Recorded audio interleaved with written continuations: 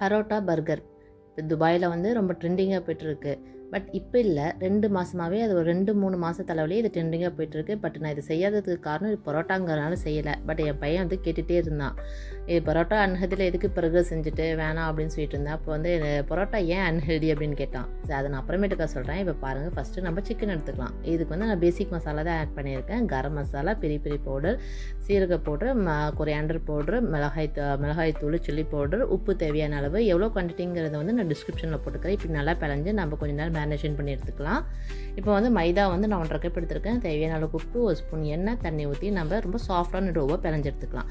ஒரு அரை மணி நேரம் ரெஸ்ட் விட்டு நான் பரோட்டா எப்படி பண்ணுறதுன்னு நான் காட்டியிருக்கேன், நீங்கள் பாருங்கள். பட் ஓகே, நான் இப்போ வந்து முதல்ல சொன்னேன் இல்லையா, அதில் வரேன். ஏன் பரோட்டா அன்ஹெல்தி அப்படின்னு வந்து அவன் கேட்டான். ஸோ மைதா, பிகாஸ் ஆஃப் மைதானா அன்ஹெல்தி தானே, அதனால தான் அன்ஹெல்தி அப்படின்னு நான் சொன்னேன்னா, அதுக்கு அவன் சொன்னான், ஸோ இந்த மைதா எதுலேருந்து வருது அப்படின்னு கேட்டான். ஸோ அந்த மைதா எதுலேருந்து வருது அப்படின்னா என்ன, மைதாங்கிறது ரீஃபைன் ஃப்ளார், கோதுமை மாவுலேருந்து ரீஃபைண்டாக ஃபைன் பண்ணுறது தான் மைதா. ஸோ இது வந்து எப்படி அன்ஹெல்தி ஆகும், கோதுமை மாவில் சப்பாத்தி எல்லாம் ஹெல்தினா மைதா எப்படி அன்ஹெல்தி ஆகும், பரோட்டா எப்படி அன்ஹெல்தி ஆகும் அப்படின்னு கேட்குறான். எனக்கு இதுக்கு சரியாக ஆன்சர் தெரியல, உங்களுக்கு தெரிஞ்ச நீங்கள் சொல்லுங்கள். பட் அடுத்ததுக்கு அவனே அதுக்கும் ஆன்சர் சொன்னான். என்னென்னா, இது கடையில் சாப்பிட்டா கண்டிப்பாக அன்ஹெல்தி தான். அவங்க வந்து அன்வான்டட் திங்ஸ்லாம் போடுவாங்க, எண்ணெய் நிறைய, டால்டா சம்திங் யூஸ் பண்ணுவாங்க. பட் வீட்டிலையே நம்ம செஞ்சு சாப்பிடும்போது இது அன்ஹெல்திலாம் கிடையாது. ஒரு சப்பாத்தியே அளவுக்கு மீறினா ஒரு 5-6 சப்பாத்தி எடுத்தாலே அது அன்ஹெல்தி. ஸோ 1-2 பரோட்டா எடுக்கும்போது அதெல்லாம் அன்ஹெல்தியாக கிடையாது. அதுவும் என்னைக்காவது ஒரு நாள் வீட்டில் கம்மியாக ஆயில் போட்டு செஞ்சு தர பரோட்டாலாம் ஹெல்தியானது தான். இது அன்ஹெல்தி இல்லை அப்படின்னு எனக்கு ஒரு லெசன் எடுத்தான். பட் இந்த லெசன் எப்படி இருந்துச்சுன்னு நீங்கள் கமெண்ட் பண்ணுங்கள்.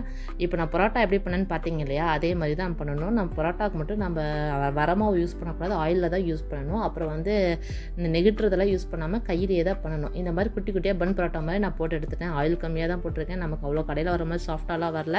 இப்போ நம்ம மேரினேஷன் பண்ணி வச்சுருந்த இந்த சிக்கனை வந்து நம்ம பால்ஸ் மாதிரி பண்ணி ஷேப் பண்ணி நம்ம 2 பக்கம் நல்லா ஃப்ரை பண்ணி எடுத்துக்கலாம். இதுக்குமே லைட்டாக ஆயில் பண்ணி போட்டு ஃப்ரை பண்ணி எடுத்துக்கலாம்.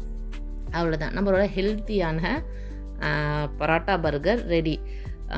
என் பையன் இப்போ இந்த இவ்வளோ பெரிய எக்ஸ்ப்ளனேஷன் கொடுத்தக்கப்புறம் மைதாவை அன்ஹெல்தின்னு நான் வீடியோவில் சொன்னால் அப்புறம் வந்து எனக்கும் என் பையனுக்கும் சண்டை தான் வரும். அதனால் இதை நான் ஹெல்த்தின்னே சொல்லிடுறேன்.